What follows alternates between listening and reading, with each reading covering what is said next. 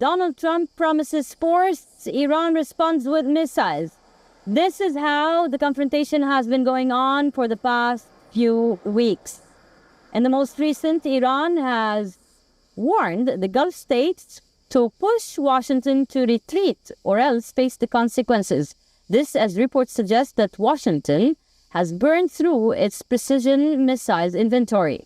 The next report brings you the story.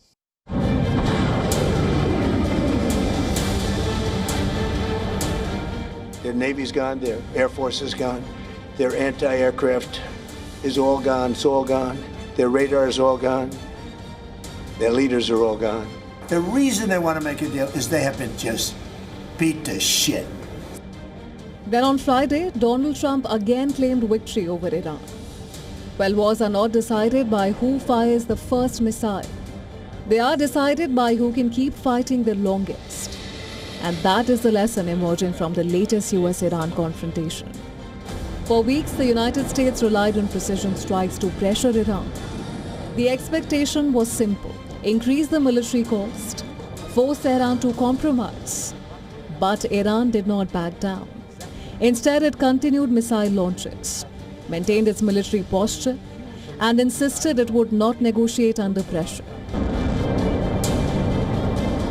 At the heart of Iran's missile campaign is one weapon drawing growing attention. The Kheibar Shekan, it's a solid fuel ballistic missile. Unlike liquid fuel missiles, it can be launched much faster because it does not need lengthy fueling before launch. It is also road mobile, making it harder to detect and destroy before takeoff. But what has attracted the most attention is its reported ability to maneuver during the final phase of flight. Instead of following a completely predictable path, the warhead can adjust its trajectory and it descends towards its target. That makes interception more difficult and puts greater pressure on missile defense systems. At the same time, Iran has widened the pressure beyond the battlefield. According to reports, Tehran warned Gulf states that if they encourage further U.S. military action, they too could face retaliation. The warning raises the stakes for the entire Gulf region, home to major energy infrastructure and some of the world's busiest oil export routes. Any disruption there would send shockwaves through global energy markets. So obviously, Gulf nations push Washington to stop its assault. The Iranian strategy at this moment is to demonstrate to the United States that it cannot get away with limited tit-for-tats that would be costly for Iran and not very costly for the U.S., that they would externalize the pain and even escalate into new territory in terms of both the scale and scope of attacks. This is why we have seen Iran attacking Jordan, a country that it did not attack in the past. We have also seen Iranian allies in the region putting more pressure on energy routes like Bab el-Mandab, or even with a recent attack in Egypt on the Suez Canal.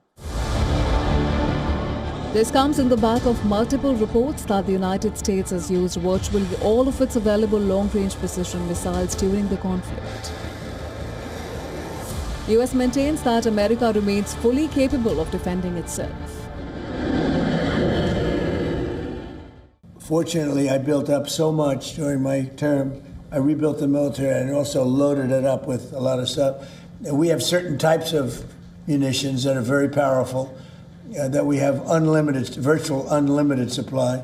We have others where it's a little bit tighter, and we're getting them in on a daily basis. The U.S.-Iran conflict, which began in late February 2026 alongside Israeli operations, has stretched into its sixth month, far longer than the initial 4 to 6 week timeline some officials projected. The U.S. has not just run out of missiles, but also weapon systems, which are needed to defend its multiple U.S. bases and thousands of soldiers deployed there. According to leaked assessment and analysis by U.S. media, Patriot, THAAD, ATACMS and precision strike missiles along with Tomahawk all are severely depleted. Well, obviously, no nation will publicly accept that its arsenal has run dry in the middle of a war, but the numbers are stark. Now, replenishing advanced missile stocks takes time. there is also geography. The United States is more than 11,000 kilometers away from the Gulf. Every interceptor, every cruise missile, every precision weapon has to cross oceans before reaching the battlefield. Sustaining a high-intensity campaign over such distances is far more demanding than fighting close to home. And that does not mean the United States lacks military power. It remains the world's strongest military. It still has enough bombs to keep bombing Iran for months. But modern wars are not only about firepower, they are also about logistics, industrial production, supply chains, and endurance. Iran understands that its strategy appears aimed at increasing the cost of prolonged conflict, rather than matching American military power weapon for weapon. Whether diplomacy succeeds or not remains uncertain, but one lesson is already becoming clear. In modern warfare, the side with the biggest arsenal is not always the side with the easiest path to victory.